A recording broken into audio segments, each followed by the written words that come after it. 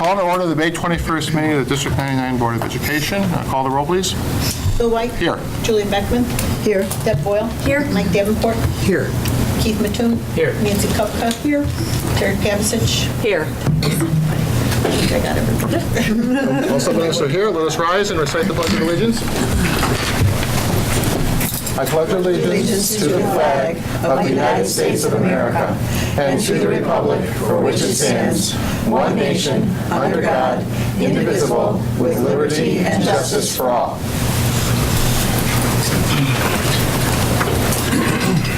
Okay, after that wonderful reception, we have to turn now to business. Item 4 on our agenda is approval of the minutes. There's 5 sub-items, the April 16th regular meeting through the May 7th closed meeting. Do I hear a motion to approve the minutes as presented? So moved. Member Beckman moves. Do I hear a second? Second. Member Kupka says. Any discussion? Call that vote, please. Julie Beckman. Aye. Nancy Kupka. Aye. Keith Mattoon. Aye. Terry Pavasich. Aye. Deb Boyle. Aye. Mike Davenport. Aye. Bill White. Aye. The motion carries and the minutes are approved. The next item on our agenda is our first reception of visitors. Is there anybody that wishes to address the Board of Education at this time? Any member of the public? Okay, I don't see anybody taking advantage of that opportunity. We'll move on to item number 6, recommendations and reports from the superintendent. 6A, it's all about learning technology rollout. Dr. McDonald? I'm going to turn the program over to Mr. Rousseau, who's going to make a presentation about the progress to date of installing the wireless network across the district, and that includes installing the actual hardware, wires and boxes, identifying individual devices, doing an initial pilot study, and also planning for full implementation and training for staff members next year. Mr. Rousseau, you're on. Thank you, Mark. At this point, I'm actually going to keep my remarks fairly brief, since we'll be talking about this again in the strategic goals portion of the meeting. What I'd like to do is introduce Mike McGinnis from South High School. Our intent tonight was to have a teacher from each campus here that was part of the pilot process or just recently received the tablets to give you a good sense for what they're doing with those devices, how it's changed, what they're able to do, and give you a little hint into what the future might hold with those. Unfortunately, at the last minute, we learned the North High teacher that was going to help us out tonight fell ill. So we're asking Mike to bear that load for us, and he'll do a fantastic job. Also, Ken Sorensen and Ed Schwartz are here from North and South High, directly responsible for technology in the buildings as well. So after Mike is done, I'll give them a chance to add any comments, and then we can have a discussion and entertain any questions. So if that sounds good, I'll turn it over to Mike. Sure. Good evening, everyone. Again, I'm Mike McGinnis. I teach mathematics at South High School. And I was kind of involved with the committee as far as the rollout in the phase 1. And again, really adapted to how to use these instruments effectively in the classroom. Again, our number one priority always was, how do we help student learning, student engagement, and so forth? Because, this is a tool and how we effectively do that. But I try to go through a couple examples of how I use in the classroom, and I'm really energetic about it, and really I think this is probably the best product out there that we can use in the classroom. For example, a lot of things that we want to do in the classroom, for instance, we want to be up in the board instructing, we want to be able to get around the classroom and see how the students are doing, we want to be able to answer questions, and a lot of times before these, you would have to do those one by one. I mean, you couldn't really be at the board. You have to say, okay, pause, I'm going to walk around the room, see how everyone's doing, then I'll get back to the board, finish the problem, and so forth. The nice thing about these products is that now you can do everything live time, simultaneously, without any disruption of flow, and really engage the class as much as possible, and the students then can reciprocate and engage into the lesson all the same. So for instance, an example of what I'll do, instead of being glued to the chalkboard as it would be here, I would simply walk around the rooms. A lot of times I find myself sitting within the group of the students and instructing and teaching at the exact same time that I'm sitting with the students. This way I can walk around the room, see how the students are doing while I'm instructing, okay? And another nice thing about it is I have full control over the projector and everything else goes. So a lot of times I'll give the students a certain problem to do. And I could freeze my tablet and walk around. I could be filling out the answer while the students are doing it. And typically before the tablets, I would have to pause, then run back to the chalkboard, rework the problem. All the students are like, I just did this 30 seconds ago and I have to wait and so forth. Now I can just say unfreeze, pass it up, and there's the answer right there. At the same time, walking around and viewing the students' work without that interruption of flow. What we've done since then even is, now being as a tablet, I a lot of times just hand it right up to the student. So I'll go through my instruction, I'll be in a classroom, and I'll be up there, and then here's the problem. Say, Johnny, can you go ahead and try this one? And he'll be able to go ahead and work on like and go through the room. The nice thing about this product too is we have smart boards in a lot of our classrooms. But the smart boards are one-dimensional in the sense where only one student at a time can go up there and work it. Well, now if I pass the tablet off to one student, I can have them work on the problem. I can pick another student to go to the board, work on a smart board, and simultaneously both students' handwriting will appear. And at the same time, I can float around and make comments. So I can have a student working on the problem, and I can go to the chalkboard, make comments, and write right over his handwriting live time in the same way too. So a lot of times I'll do that in a classroom where I'll walk around and look at a problem, I'll work out some notes, freeze it, I'll pass it off to the student, and they'll basically take over an instruction. And they'll look into it, I'll look around his comments, I'll say, okay, Johnny, go ahead, forward to the next slide, unfreeze it, and then they'll show their work, okay? So another great benefit about this is so many times before, we've been using smartboards for a long time, and they're great products. And a lot of times we find students overwhelmed by the technology, I have to get to the front of chalkboard again, and even the learning curve up there, how to move objects, it takes a little bit of time to do. The nice thing about these products is you give to anyone pen and pencil, and they're fully acclimated to what they have to do with it. And now instead of, okay, who wants to go to the board and you got to pick on the students that are eager up there. Now it's like, who wants to write on a tablet? 30 hands go up. You know what I mean? They're really engaged in, because the students these days are so involved in technology with smartphones and other tablets and so forth, where our school district has really embraced that culture. And these tablets are really engaged in the classroom. I do a lot of flip teaching in a lot of my sections at school. I'm glad you guys have heard about that as well. And this is really tailored and taken off. In my classroom, my students are allowed to use their devices, in the classroom setting, and access to the resources I have. I have a YouTube channel. I have about 60 videos already uploaded for just one section course that I teach. And now the nice thing about it is, and I'm going to show you an example here. Ed's going to pull up an example where so many times in the class, you get towards the end of class, last 5 minutes, and a challenging problem comes up, kids have questions, you're trying to answer it all and get so forth. Well, I'm going to show you an example here is a video that I made literally at the last couple minutes of class where a problem came up, only a couple minutes. I said, guys, what we're going to do is I'm just going to make a video right now of it. And so we make a video. And the nice thing about the tablet is, since they're individualized to the teacher, I have mine customized where with 2 clicks of the button, I can record and upload, and it goes right to my YouTube channel without any other loopholes to go through and so forth, other logins. And a lot of students, I teach this section during the lunch class time periods. So a lot of students want to go to math resource literally the next period and pick up where we left off. And this way, the last couple minutes of class, I made a video, said, okay, we're just going to do this problem in the video. That way you have your time later on, either resource at home to look at. So I go ahead and play the video. So this minute is literally, a minute and 30 seconds long. So it catches my voice overlay, my handwriting. So this is done literally right at the end of class. Upload to the channel, so that way the kids can go to the resource and pick up where we left off and go at their time, their leisure. They're not trying to rush down, what's the homework, this and that. It really has relaxed the classroom. It really has made the students comfortable with the technology and so forth. Also, the other great benefit we can do is in my other sections where perhaps I don't use the flipped classroom, I'll be doing lessons. I have a lot of students with guided notes and alike. So before, you would have to, pause and say, okay, I'll go ahead and email those files to you at my next plan period or whatever, whenever I get back to the computer.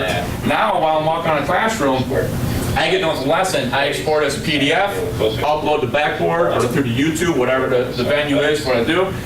Or I can send it right to the printer right next door to our office, and then I can literally grab, okay, your copy is right at the printer as you walk out the door. And the nice thing about that is I did it all without interrupting my instruction. It's not like, okay, class pause, I have to get this one copy before someone's doing it. I can walk around teaching and do like this, click, click, click, click, done, done, done, sent, email, PDF, YouTube, all done without interrupt the instruction. At the same time, going around, taking notes. You know, since this device, I use my iPhone and I use the tablet. I got rid of my briefcase, my binder, everything else, because now everything's in here. Also, likewise too, another great example that came up was, you know, recently I got the flu, it's about a good month ago. Wake up on a Wednesday morning and, you know, you click SCUB. And of course, you had a great lesson plan for that day you want to do. So what I did was woke up, had my tablet at home, pre-recorded my lessons, you know, did about 10 minutes of instruction. Now again, these are in the classes that are very accustomed to my style of teaching already. So I just made YouTube videos, uploaded them, sent the email link to my sub. Here's the attached thing. And the sub just really went to my YouTube channel, hit play, and the kids really did not lose any meaningful instruction that day. And again, they were very used to it, so it wasn't very problematic at all. They're like, you know, the only thing we couldn't do is pause, but the nice thing is they can get back to it anytime they want. And again, I could not have done that if I didn't have this device with me. And those are the benefits we've seen here in the last couple of months. You know, and there's NOR teachers here at South. I've been working with a lot of people in the math department alone. They're like, hey, what can we do, you know, next year to really take these off? And that was the game plan for a lot of our department here. You know, how can we implement these going into the future? So we kind of got a good taste of it now. You know, I'm really excited about it, and you know, really trying to use it for the benefit of how can I improve my teaching. And I thought about, you know, this is a technology device, and think if you're stuck at a computer, how can it help us on the internet or anything else? It really has helped me out in the physical classroom. You know, I mean, I'm not stuck at the chalkboard anymore. I'm not, you know, stuck at the computer, you know, entering something, having to do it. I can do everything live time, simultaneously, and get around the room. My class, like I said, with the flipped classroom, we use a lot of time as group work and a lot of hands-on individual work. So again, I tell the kids, use your resources. And for here, this is a perfect example to show you, okay, how can you be a better, whatever it is, by properly utilizing your resources that you have. So like I said, those are just a couple examples of what we have done to do that, you know, in the classroom now. Thanks, Mike. Any questions? I was just going to ask, actually, if Ed or Ken wanted to add anything. I know one brief little piece was, Mike obviously is a high-end teacher who's really exploiting the tablet for all it's worth. And I know that there's a lot of teachers that are finding value in just being able to walk from classroom to classroom with the device, not having to log off in one classroom, log on in the next classroom.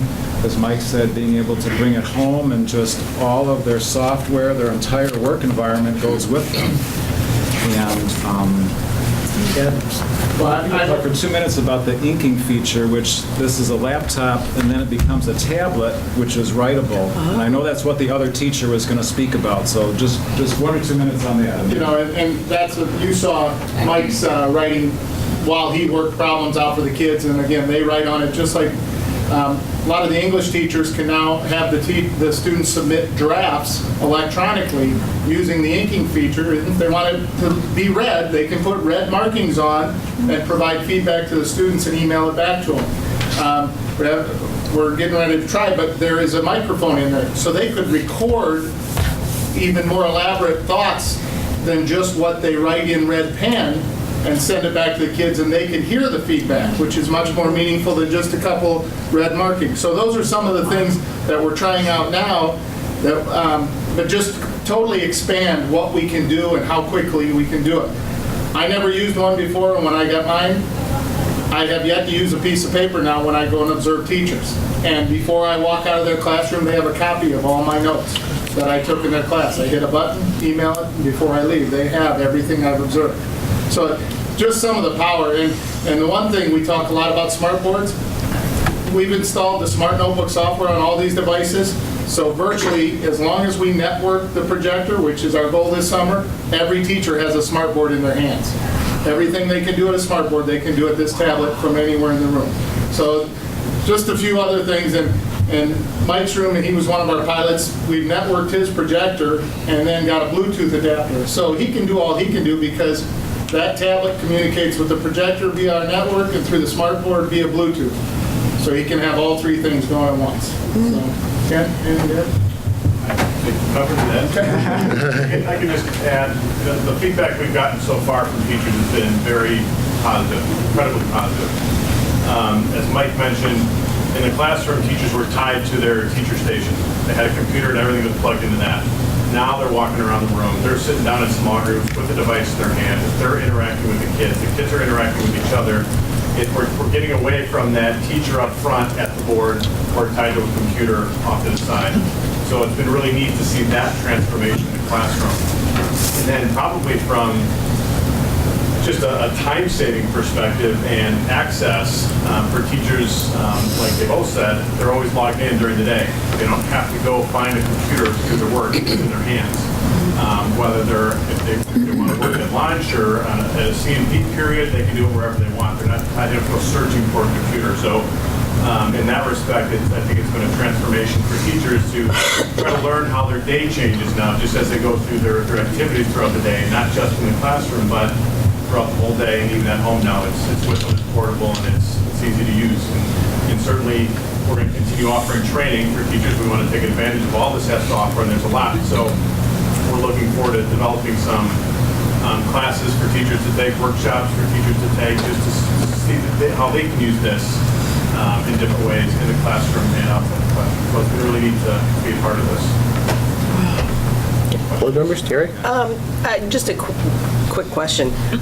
You said that it syncs up with the projector. Yep. Do you, to put it in simple terms, is it like a garage door opener where you can go from room to room and use the same projector, or are you locked into? What it is this, we would have had Mike show you here, but this projector is not yet on our network. It's just like if you were in an office and you printed to the same printer that other people do. The printer is on a network, so the print job goes through the network to that printer. Same thing here is the communication on the tablet goes through our network to that projector in that room.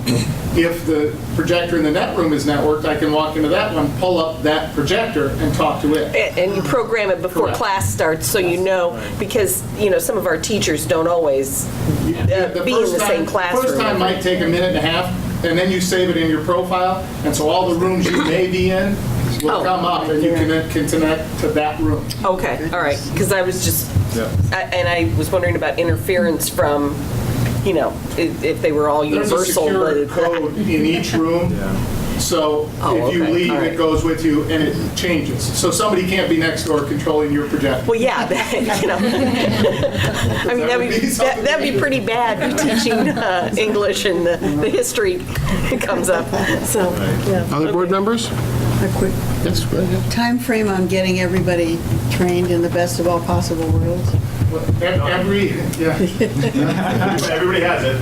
Okay. And we've done some limited training. So our goal was to get this in their hands so they would By have the a chance summer. to use it this school year. And so they'll take it home for the summer and they'll use it all summer, So when they come back, we're going to have some offerings early in the year just so that they can learn how to use different functions of the tablet in the classroom.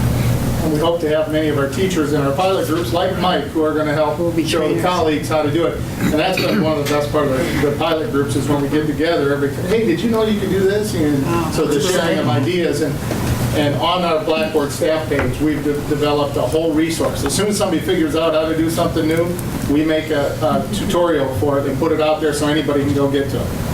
That's great, that's great. Other board members, Mike? Any durability issues so far?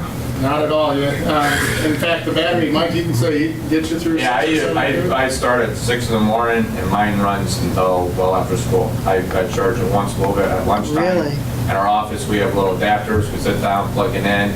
The thing's charged great. The battery life out is great. Writability is excellent. And really is, like I said, we've looked at a lot of projects. I was able to sit in with a lot of them. And I honestly could not think of a better product that they put forth for us. They're really, it's not like, well, it's great, but wish it could do this. It does everything we really want to do. And functionality is great on it. And I use mine continuously throughout the day. And some of the other schools we've talked to that have had the product longer have said almost never do they break.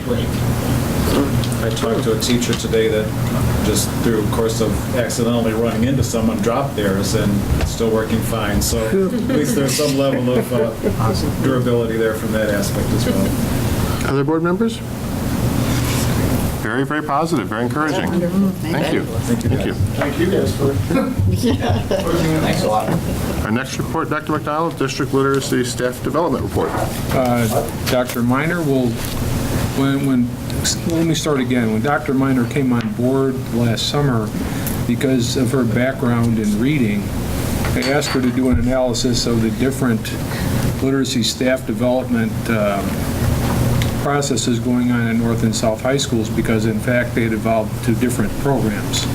And our interest was in determining which was the best program and which program should we take from one and share with the other, so to speak. And what she found was both programs are very good, but frankly, the biggest concern we have with them at this point is we are not sharing across town. And so that is going to be one of the goals for the future. So Dr. Miner, I'll let you present your report. Thank you, Dr. McDonald. You received a summary report in your packet, and as was noted, what had started as which is better became they're both really great. Now, how do we get to share? Let's start with student achievement. Our student achievement across the district in terms of literacy and reading has consistently gone upward. So what we are accomplishing within both systems is doing the job that we need for it to do. The question then becomes, how are we acting efficiently? How are we sharing our collective knowledge so that we can continue to grow and evolve even more so? How are we incorporating such things as technology? How are we offsetting in terms of funding? And so in looking at each of those pieces in your report, there is a program description from each of North and South, and I won't go into the specifics in that other than to say that they each had different ways, different pathways at arriving at the same end result, which was student success and literacy. The recommendations that I included as part of the report speaks to the idea of bringing those two teams of literacy coaches together so that they can share their know-how. For example, both buildings have a series of quarterly coaching sessions, and they even use the same resources, but they didn't know it. So by getting those teams together and learning about at North, their focus tends to be the one-on-one coaching model. That is something that would be very helpful for South to learn because they do one-on-one coaching, but North had specific training for that earlier years ago. Realizing that this summer there's that opportunity for professional development, so any of our coaches can participate in that. That broadens the capacity of all of our literacy coaches. There's also the piece related to understanding how our literacy coaches are working within the PLC. That tended to be one of the primary focuses for South, working in the PLC, especially with social studies.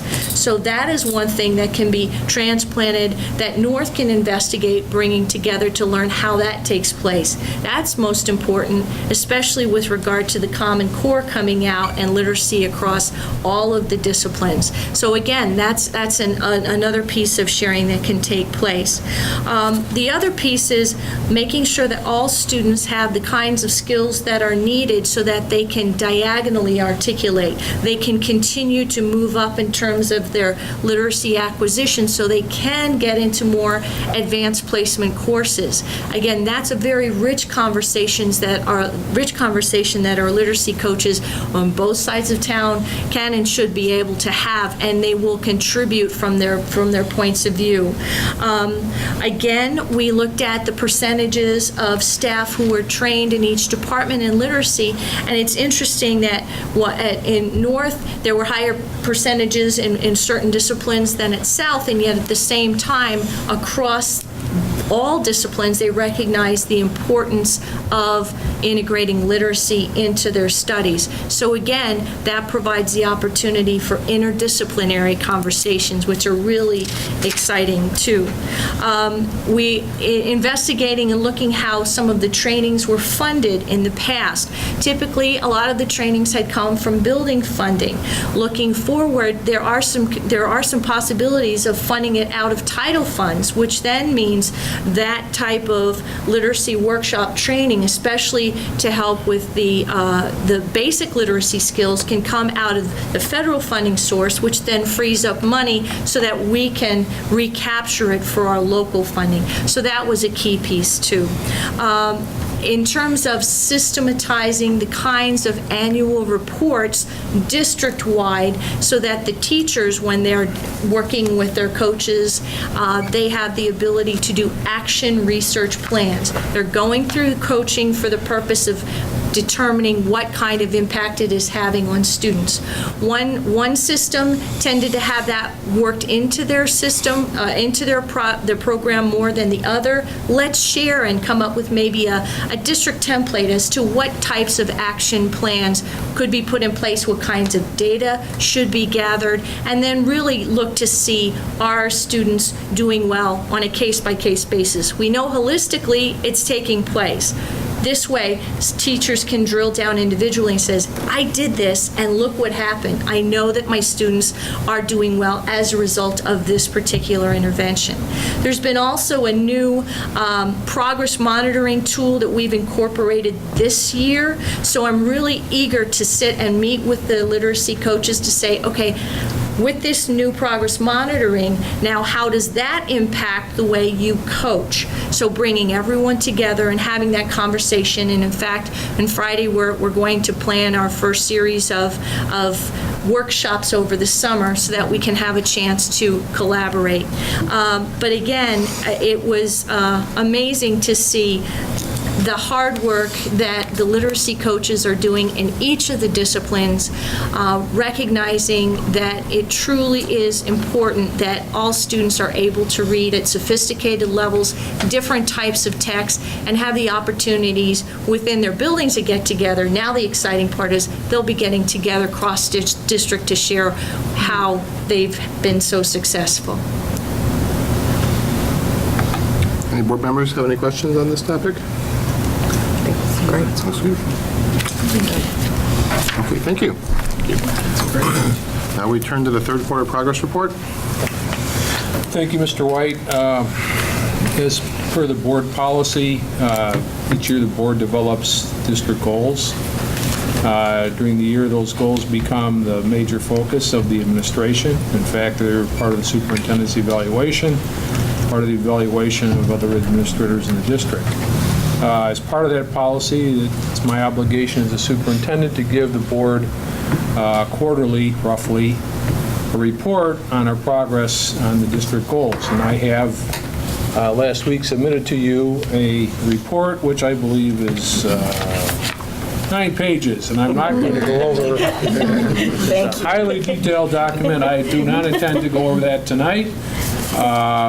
What I will do is very briefly go over some of the high points and remind the board of different presentations you've seen during the year. In fact, Mr. Rousseau and Mr. McGinnis and Mr. Schwartz, Dr. Sorensen, their presentation was a part of these goals. Dr. Miner's presentation just a few seconds ago as part of the goals. She'll make another one about our STEM our work on the STEM concept. That is also part of the goal, so it's not important for me to review all that in detail. But simply, if we look at goal 1, which is curriculum instruction, because that is, in fact, our primary purpose, curriculum instruction, that goal is very heavily populated with different initiatives. And as much as you have heard tonight, and we'll hear some more tonight about some of those, I just want to point out a few things. One, at the beginning of the school year, we asked teachers to begin to record the interventions that they use with students who are struggling in their classrooms.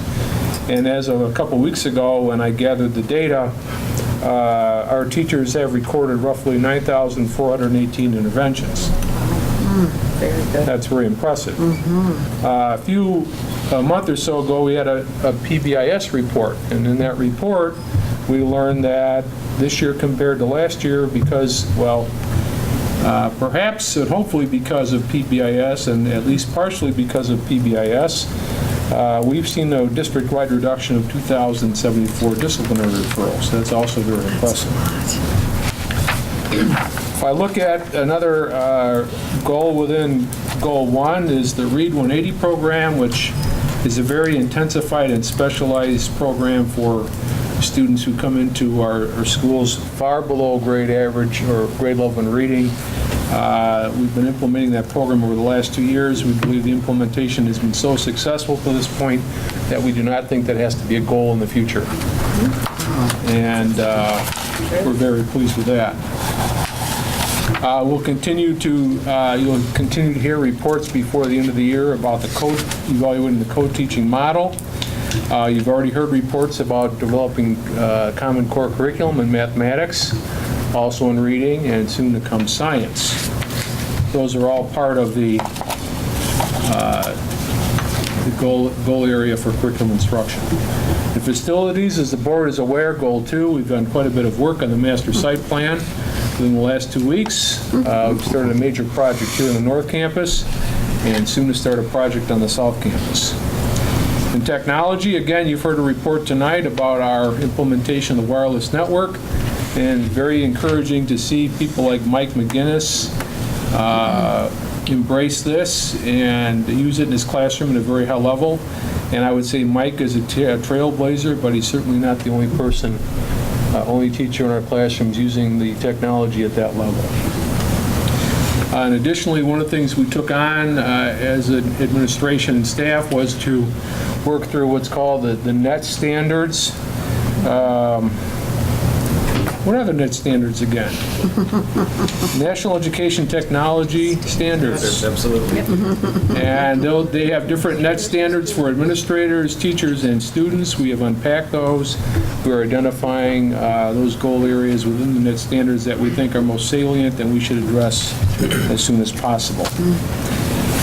There's quite a bit of work being done in Area 4.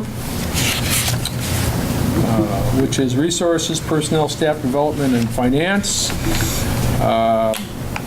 We've done quite a bit of work in terms of our interest in recruiting more minority staff members. We had 8 minority staff members come to campus interviews to this point. To this point, we've hired 2 minority staff members. So we're pleased with our start in that area. We've spent a lot of time working on the mentor program. Next year, we will have a fully implemented second year of the mentor program, where previously we had a first year program and then just sort of a volunteer second year. We're going to a full implementation second year program next year. We've done quite a bit of work in the area of teacher evaluation. It wasn't a choice. We had to be prepared for next year when the new law goes into effect. But we have, in fact, redefined the teacher evaluation process in the district, the roles different persons played. We've created a operational definition of the different evaluation ratings, and we've also gone through the exercise of the different groups that will have to meet from now on every year in terms of determining a reduction in force list and other essential components of that law. As you know, we work on budget constantly. We will have a 5-year projection again in the fall. And in terms of Goal 5 communications, last month we had a presentation on our communication survey and the information that we gleaned from that. We were very pleased with that. In fact, almost 700, or more than 700 persons participated in that. The last time we did a survey a couple years before, it was more like 400. And finally, in terms of innovation and adaptation, spent a lot of time this year working with our guidance and counseling and student support staff at both schools. They did something called a RAMP assessment, which is an evaluation of the program based on a professional standard. We were very pleased with the outcome of that assessment, and that, again, will be used to develop goals for the future in terms of preparing or improving those departments. And we've also been working for a number of months now on developing a district-wide clearinghouse process, support system, to gather all manner of student data that we wish to use, and trying to eliminate redundancy in who collects what, trying to be more efficient, and with the ultimate goal of having information that we can use to evaluate our programs qualitatively and quantitatively, something that in education we've not always been strong at. So that is a very, very brief presentation of 9 pages. I'll be glad to answer any questions. Board members, any questions? It's a very comprehensive report. I think it's impressive. I don't know that I have any questions. Oh, I'm sorry. Go ahead. With everything going on and so much work being done, are there any real barriers that you've hit, or people are just chugging through them? Well, I think, honestly, there are some things that we have to do. We weren't counting on doing them perhaps when we put this all together, but by public policy, we have to do them. So that eliminated the concern about doing them because we had to do them. I would say because this plan is somewhat dispersed, it doesn't fall to one person or a few. Okay. A lot of people have different roles. For example, Marty, Jim Collier, Al Bitterman, Chuck Hiscock, Ed Schwartz, they have had quite a bit to do with the master site plan work, whereas some of the curriculum instruction, Gina Zaccardi, Dr. Miner, Pete Tice, the principals would have a lot more to do, but Marty, Ed, Chuck would have virtually nothing to do. So it's worked well to, in the sense it's dispersed across, and frankly, that was the purpose of it. If the consultant would, because I was able to talk to him last week, the gentleman we work with in setting all this up, the purpose of it was to disperse the accountability and the tasks across everyone, so everyone would participate, everyone would play a role, but it would not be overly burdensome on anyone. So in that sense, I think it's been successful to this point. Other questions? I had one about crisis planning. I'm wondering how the board fits into that in the event that there's a major crisis. And it just thought occurred to me that somebody might stick a microphone in my face and want to know what my comments are about whatever's going on. And I'm wondering, is there a plan to have us worked into that crisis plan so that we kind of know how to respond and who to point to? Well, the first answer is yes. The idea, though, is that we centralize communication and also information. And with the board getting the information that we have as soon as we have it, I would recommend that, I know everyone goes to Jewel and everyone goes to church and everyone goes to, the restaurants, but that we follow the protocol with the president being the spokesman for the board. And it, in a crisis situation, we would have a command center at the district, as well as the schools, and we would have persons who would be assigned to share information with the media or the public, as opposed to many people doing it. I think it's a lot easier to control the information flow that way and make sure people get the information they need without creating speculation or concern that's unnecessary. But we will certainly brief the board about this in more detail in a workshop format, but the easy answer is yes, there is a communication plan. The board does play a role in it. But it is, in a crisis, it is important to make sure we have good protocols in place. Given that question, it sounds like a workshop might not be a bad idea at some point with all the other things we have to do too, but fit that in somehow. The comment I want to make is I think the quality and comprehensiveness of this report strongly supports the decision we made almost a year ago, 9 months ago, to go to this new method of strategic planning. I think it's just excellent. I thought it was excellent then. I think this is being borne out, that there's a tool that not only allows you to distribute work, but for both the board and the entire community to understand what's happening. So that it's really, it can take some time to go through everything, but what we're doing is all there. It's all there in a manner that we can all see, the community can see, the media can see, we all can see. And I think the process is absolutely superb. And I really compliment you, and I compliment the consultants who came up with it. Because, I certainly didn't come up with it. I mean, the people that brought it here was just a fabulous way going forward, and I fully support this way of doing our strategic planning and our goal setting. With that, anybody else want to add anything? That says it, I think. Yeah. Okay. Well done. Okay, we'll move on to STEM report. Is that correct? That's correct. And this time Dr. Minor has a PowerPoint. STEM is sort of an elusive concept. I know it means science, technology, engineering, and mathematics, but what we found in studying it is STEM means different things at different places to different people. It has many manifestations, and so one of our objectives in planning and discussing this year was to identify what STEM can possibly mean or should mean in District 99. Dr. Minor? Thank you, sir. First off, as we just noted, the district's strategic plan, here are the two specific areas where it links with our strategic goals, certainly directly connected with our STEM curricular initiatives, but then certainly in terms of the net standards for students, teachers, and administrators, because how we choose to pursue STEM, what our vision of STEM should and does need to link with the standard. In terms of what's been done so far operationalized, we've had 2 STEM visioning sessions that included many different stakeholders, administrators, department chairs, building, central office. From that piece, we derived a lot of the definitions that you'll be seeing on this PowerPoint. Additionally, there were STEM focus meetings that I met with the associate principals for curriculum and instruction, the administrative liaisons for each of these content areas, and the department chairs.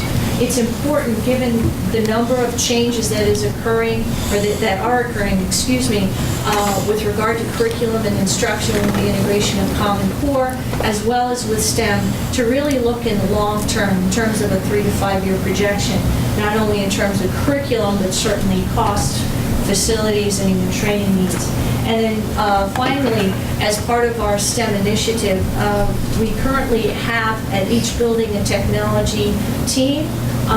We also investigated a broader from the balcony sense of new technology integration steering committee who could look at the standards and have a discussion as to what are our priorities going forward, because there are numerous standards, what makes the best sense for our needs currently. And again, representation from district and building personnel on that committee. What has happened so far certainly is the idea of defining STEM in District 99. As Dr. McDonald has noted, STEM can mean a lot of things in a lot of different places, and we felt that it was important for us to have that collective conversation. And these are some of the pieces that we said in District 99 makes sense for us with regard to STEM. Inquiry, problem-based approach with deeper understanding, hands-on activities for students. Application that provides exposure to careers and post-secondary ideas. And we use the word exposure broadly because it gives students the opportunity to see what next steps are, as well as the opportunity maybe to investigate what possible science careers are available. And then an evolution of a more systemic approach with regard to STEM offerings.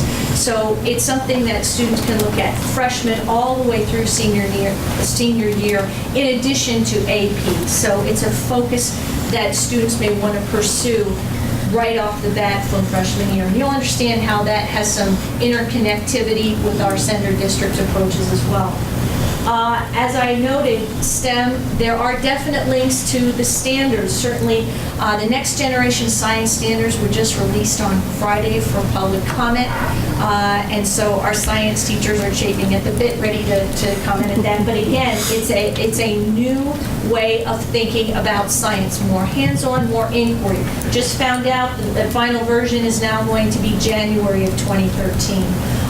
Additionally, the NET standards you've already heard about for administrators, teachers, and staff.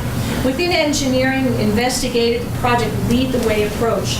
And I just had a quote up there from the Harvard Grad School in terms of Project Lead the Way as a model for 21st century career and technical education. It is something that is recognized almost to the point I just gone to an AP Advanced Placement Conference at Elmhurst College on Friday, and AP is now beginning to even have conversations with Project Lead the Way in terms of having that for advanced credit. So it is recognized as a means by which students can even get dual credit as well. And then finally, mathematics, there is a Common Core state standards which will be coming, which are currently out in math. As far as action plans, because it's great to vision, but so what now? What? Moving forward, how are we going to pursue our vision of STEM? Within science, we'll be focusing beginning this summer with alignment planning for the next gen science standards, starting with biology. Additionally, there is a course proposal that will be coming to you for AP Physics, C, and Mechanics. We currently have AP Physics, but what the department chairs had and are going to propose is by having this type of advanced placement physics course, it isn't at such a high level of calculus so that students can focus on mechanics for a year-long course and allow more accessibility of students into AP curriculum. That is a shift that they are proposing to get more students into the more rigorous tracks of science. Again, there's a College Board audit in AP Biology currently that needs to be completed by January, which will be completed. Right away, following up, next year, AP Chemistry, and the following year will be AP Physics. Again, with the new standards coming out, they're looking at a new and different way of teaching AP. Colleges recognize it also to be in line with what the careers are calling for. Additionally, we talked a lot about collaboration with math and science department. There are different instructional approaches. So how can they interconnect what they're doing? And that's a rich conversation that both departments are very eager to have. And then certainly articulating with our associate districts is key. With regard to technology, focus on career tech education. You will be receiving a course proposal in the fall for 3D design and animation to replace technical drawing. Again, an upgrade in terms of integrating more up-to-date technology with the career implications. Also, we're currently investigating possibilities for dual credit across the board, so that's another possibility that we might have an opportunity. I've met with College of DuPage representatives to see if that's an additional possibility that we could have. You'll also receive another new course proposal integrating keyboarding skills as well as the NET standard for students with more up-to-date Web 2.0 skills. And I love this phrase, students will emerge with a better digital backpack. By the time they leave District 99, we want to make sure that they are up to date with what they're going to need in college and career, regardless of what direction they might take. So we want to be on the cutting edge. We have the tools with technology. We want to make sure that that's translated into what our students know. For engineering, Project Lead the Way. Again, we'll continue to investigate the requirements for that, as well as grant funding. There is current grant funding with that can help offset some of the course costs, and I'll be meeting with our CTE department chairs this week to help inform that projection. Additionally, you will receive a course proposal for Project Lead the Way for their first intro to engineering design. That would replace technology education. So it's a full year course is replacing a single semester course. This also will provide that nexus to TCD. TCD does offer Project Lead the Way, but this will allow our students to get a leg up freshman and sophomore year so they could then pursue even more offerings if they choose to attend TCD and get higher levels of Project Lead the Way. Articulation meetings with our senders are very important because 2 of our sender districts are actually going to start the middle school version of Project Lead the Way next year, District 60 and District 68. So that's an important piece. Now those students will have that progression to continue. With regard to mathematics, you've already heard a presentation from our math chairs, and they're doing such a bang-up job in terms of what they've worked on for their 4th year mathematics. They begin the work of the Common Core State Standard Alignment for Math 1, which is an integrated approach to mathematics at the freshman year. Again, the neat opportunity to collaborate with science. Again, those habits of mind, hands-on, research-based, model-based, especially in mathematics, will be important to connect with science. And I think you've heard some comments about how highly our sender districts speak of the work that our math department chairs have done in making the connections, and they will continue to do so. Next steps, I've given you some real specifics, but overall, these are our approaches. Aligning our existing curriculum with new standards, whether it is revising curriculum or developing it, but these will follow the existing course proposal protocols. You will see these course proposals in front of you. They will come through the system that is currently in place. Teachers will also be trained on those instructional practices that will help them make those deeper kinds of connections with the content. Additionally, we'll investigate budget implications, that's that 3 to 5 year plan, as well as possibilities for grant funding. I'm a big fan for grant funding, so we'll be looking into those pieces, certainly with regard to the Project Lead the Way piece. The interdisciplinary connections are essential when it comes to Common Core, whether it's English, math, science, and through social studies, interdisciplinary connections are essential. Speaking with our associated districts, connecting with our associated districts, planning with our associated districts, because after all, they're our kids. And finally, making sure we continue to message the progress to you as well as to the community at large. Any questions or comments from board members? Mr. Mattoon? Dr. Miner, in terms of overall vision, when you went through the steps, the STEM, science seemed to be more geared toward AP students. My question is the overall vision to incorporate STEM for every single student in District 99 or for a certain track or level? I think the hands-on inquiry-based approach serves all students. In fact, when we went to the AP conference, they were talking about having more of an inquiry-based approach, even in the new AP testing. And for social studies is U.S. history, I think, in about 2 years, they're coming out with a new test, too. So that the application-based, inquiry-based, collaboratively reasoning, that's approach that helps all students. Thank you. Other questions? Ms. Becker? What's the, I probably should know this, what's the source of the Project Lead the Way? Is it a federal program or is it where did it start? I think I will research that. That's a great question. I don't think it is a federal program, but I will get the exact resource and share it with you. Because it sounds wonderful. Nancy? For the higher level STEM courses, do we have a proportionately equal amount of women or minorities in those courses, the higher level STEM courses? Or what kind of students are we attracting? I think having access for all students into the most rigorous course of study is what we are trying to cultivate. I think that relates to the goal 1.1B with regard to AP. So it's important that all students have that very strong foundation, but that could be something definitely that we could look at and track, certainly. The key with STEM, and there was a recent study just released that talked about cultivating that love of inquiry at the earlier grades.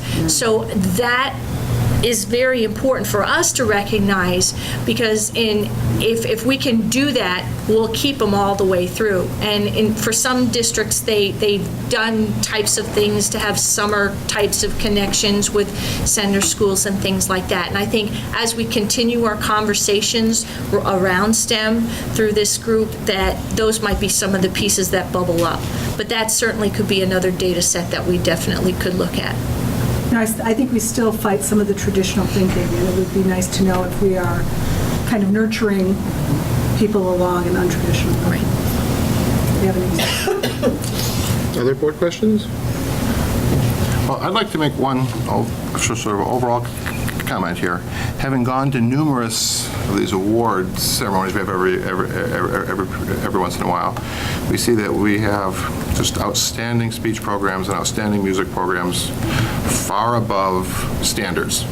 You know, first and second in state on speech. Our music students win IMEA awards left and right, you know, just far beyond.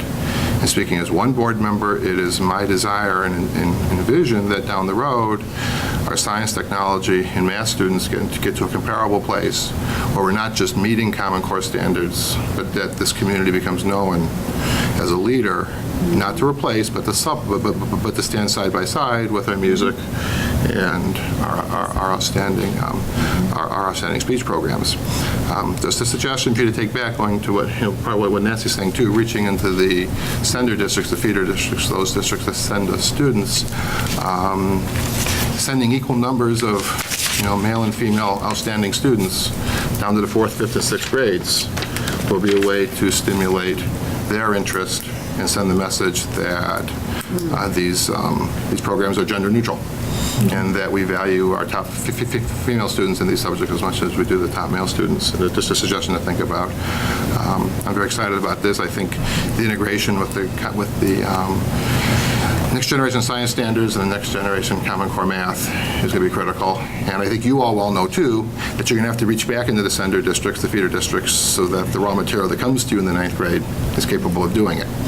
And in some ways it's their responsibility, but we're going to have to reach back into there if we're going to get done what we need to get done. And that's also a benefit for our students. That's something that I think our students would benefit from doing. So as one board member, those are my thoughts on where I'd like it to go, but big picture, I think you're on the right track. Absolutely on the right track. Yes, very exciting. Any other comments? Okay, thank you. Next item, Freedom of Information requests. Thank you, Mr. White. We had 2 Freedom of Information requests in the last month. It's been an unusual month as both were denied. The first pertained to information about non-students who were attending the South High Prom. We didn't think it was appropriate to release that information, and so we did not. The second was freedom of information about certain expenditures. We found a problem with the way the request was written to us, but we have since, it actually came from a student. We have since made contact with that student and got that young man the information that he asked for, and now everyone's happy, even though we denied the request. So for the first time ever, we have 2 Freedom of Information Acts, and unanimously they were denied. Okay. But people were happy anyway. Well, one was happy. At least the second group, right? Not everybody was happy. Ready to move on? Item 7 is a public hearing, intent to use legal holidays. Dr. McDonald? This is another sort of unusual situation.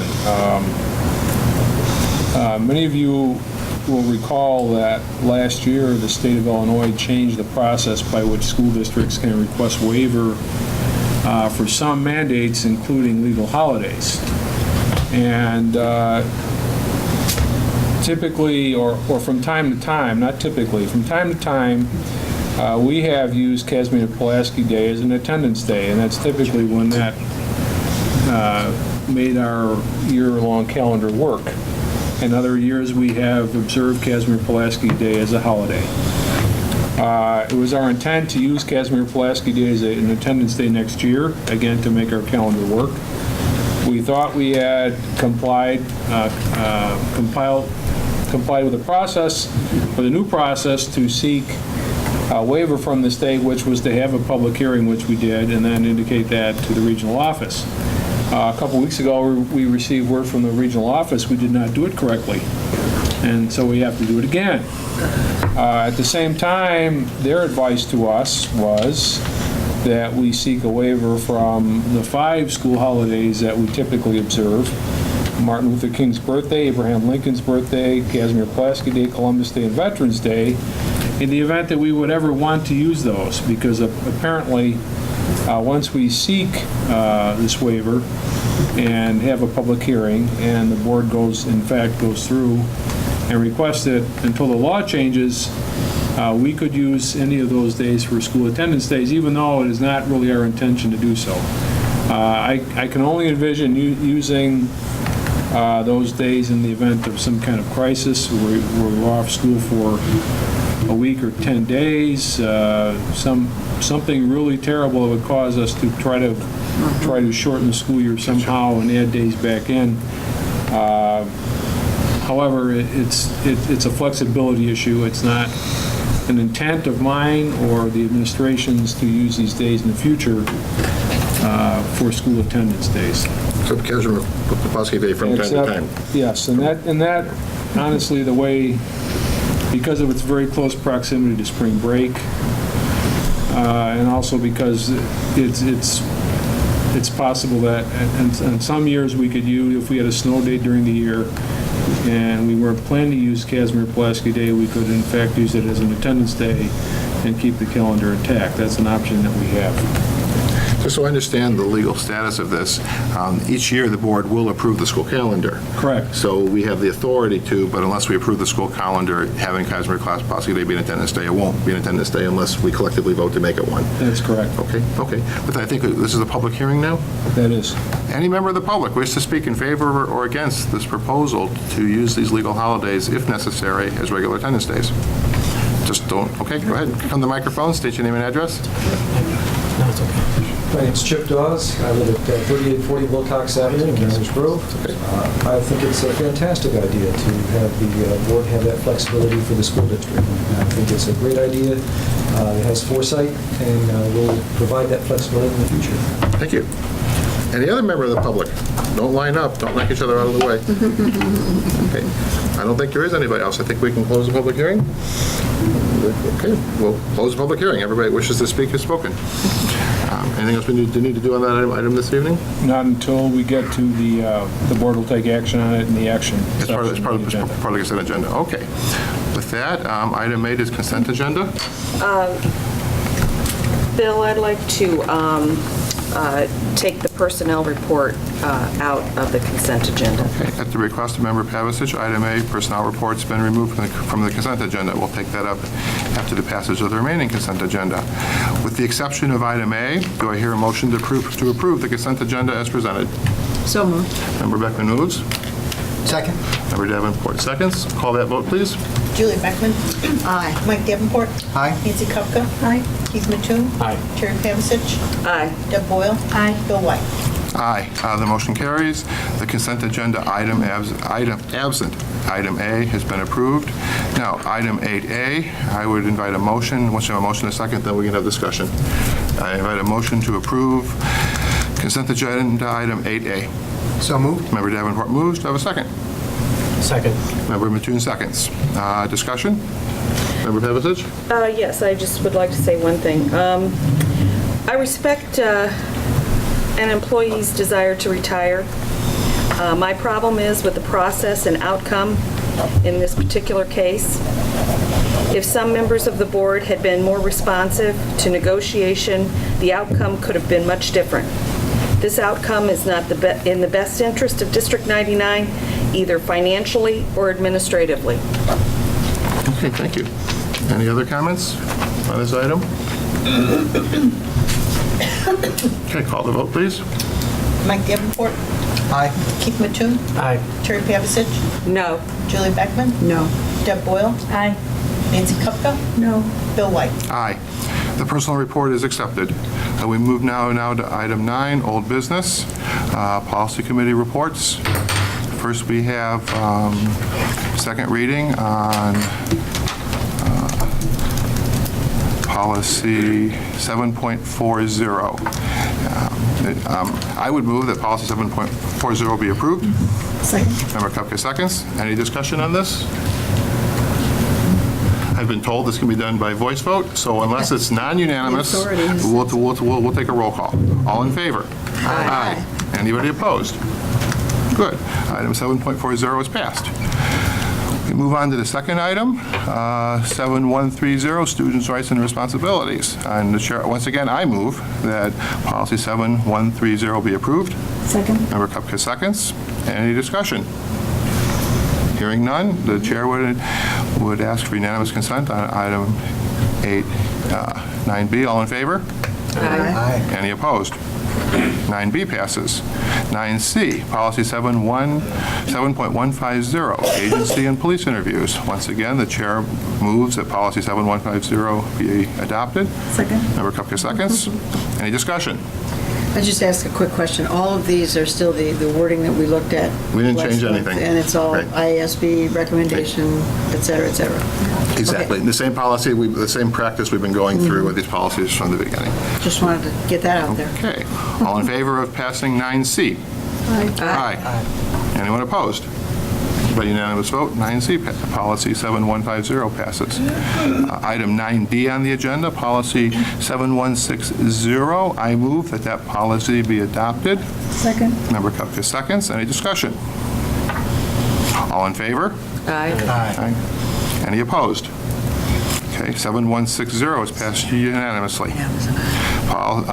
Item 9E, vandalism, 7.170. I move that this policy be adopted. Second. Member Kupka seconds. Any discussion? All in favor? Aye. Any opposed? That policy passes unanimously.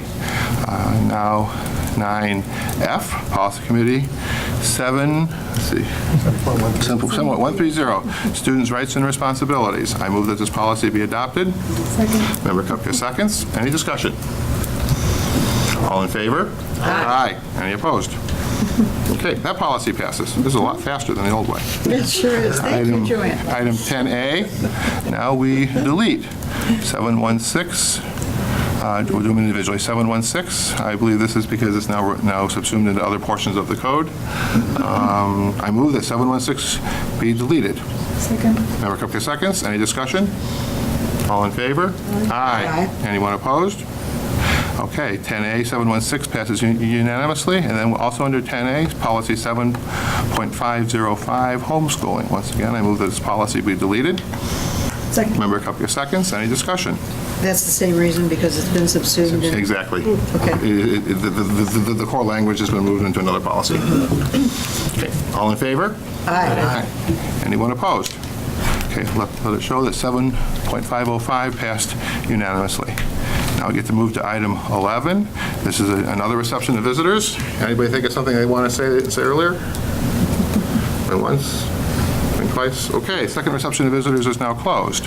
We move on to communication and announcements. Item 12A, do we have a LEND report? I would direct members to the superintendent's report last Friday in the preliminary documents, very succinctly made, and that is our last meeting until next fall. Okay, thank you. SACID report? We are meeting Wednesday, and we are beginning to examine the budget. I went to the Finance Committee meeting last week, the budget for next year, which is going to be balanced, which is good. We are experiencing a decline at Southeast, which is the school where District 99 sends a number of students for a variety of reasons. But an increase in multiple needs, multi-needs, and that increase in transitional students that District 99 is experiencing. And SACID is remodeling their transition program building to accommodate the increased student load. I think those are the high points. Okay, thank you. Foundation report? Well, tonight we gave out almost $20,000 in grants and major grants to our faculty and staff, and so that was really exciting. I hope you all enjoyed the presentations, and we will be benefiting from the fruits of those in the fall. So that's an exciting thing. And like I said, we're still working on our fall project for the after homecoming events. So. Terrific, okay. That takes care of our foundation, that's the foundation part. It is very good to see all those giant checks up there.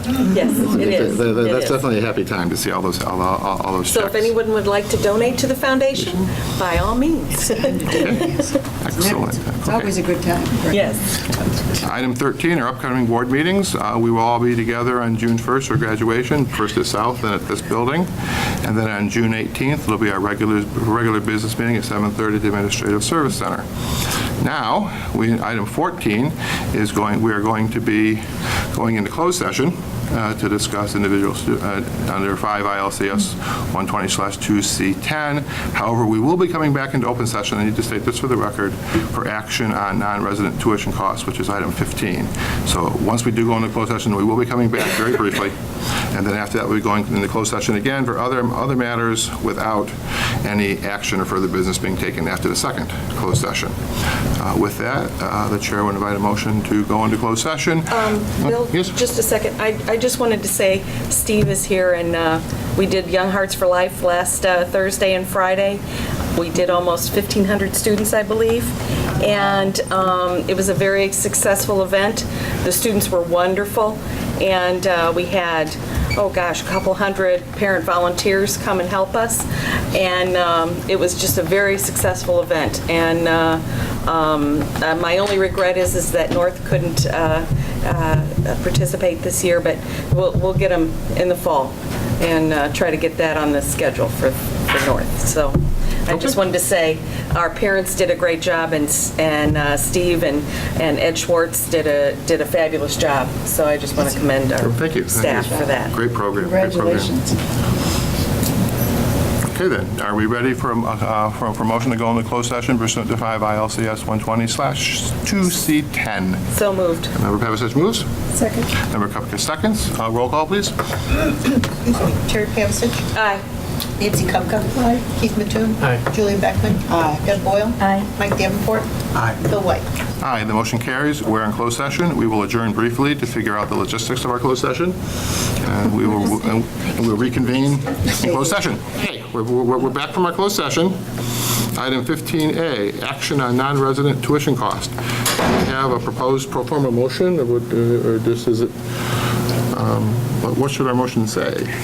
Yes, how the motion reads will determine votes, so. Chair invites a motion. I move that we accept the recommendation of the administration that we conclude that the student was not in fact a resident for the second semester of this year, and move to charge all applicable fees and move forward according to recommendation. Second. Member Mattoon moves. Member Pavasich second. Call the vote, please. Keith Mattoon. Aye. Terry Pavasich. Aye. Julie Beckman. Aye. Deb Boyle. Aye. Mike Davenport. Aye. Nancy Kupka. Aye. Bill White. Aye. The motion carries, and the administration is aware of the closed session discussion. That takes care of item 15. Now, item 16, we're going back into closed session. The chair invites a motion to move into closed session for three items: the purchase or lease of real estate, 5 ILCS 120C5, litigation, 5 ILCS 122C11, and the appointment, employment compensation, etc., 5 ILCS 120/2C1. Do I hear such a motion? So moved. Second. Member Pavasich moves. Member Beckman seconds. Roll call, please. Terry Pavasich. Aye. Julie Beckman. Aye. Deb Boyle. Aye. Mike Davenport. Aye. Nancy Kupka. Aye. Keith Mattoon. Aye. Bill White. Aye. That motion carries. We're back in closed session. We will not be taking action after we come back into open session other than to adjourn.